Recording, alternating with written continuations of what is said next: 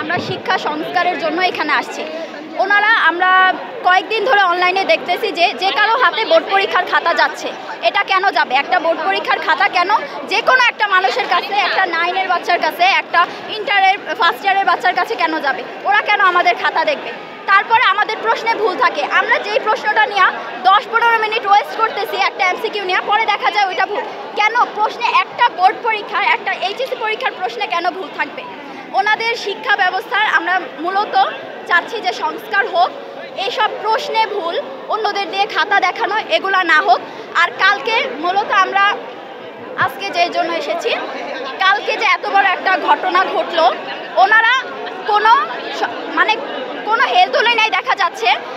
শিক্ষা উপদেষ্টা বলতেছে যে উনি কোনো মানসিক ডক্টর নয়, আমাদের বিষয়গুলো উনি এগুলা কিভাবে? ওনার উচিত আমাদের মানসিক অবস্থা সম্পর্কে প্রথমে জানা।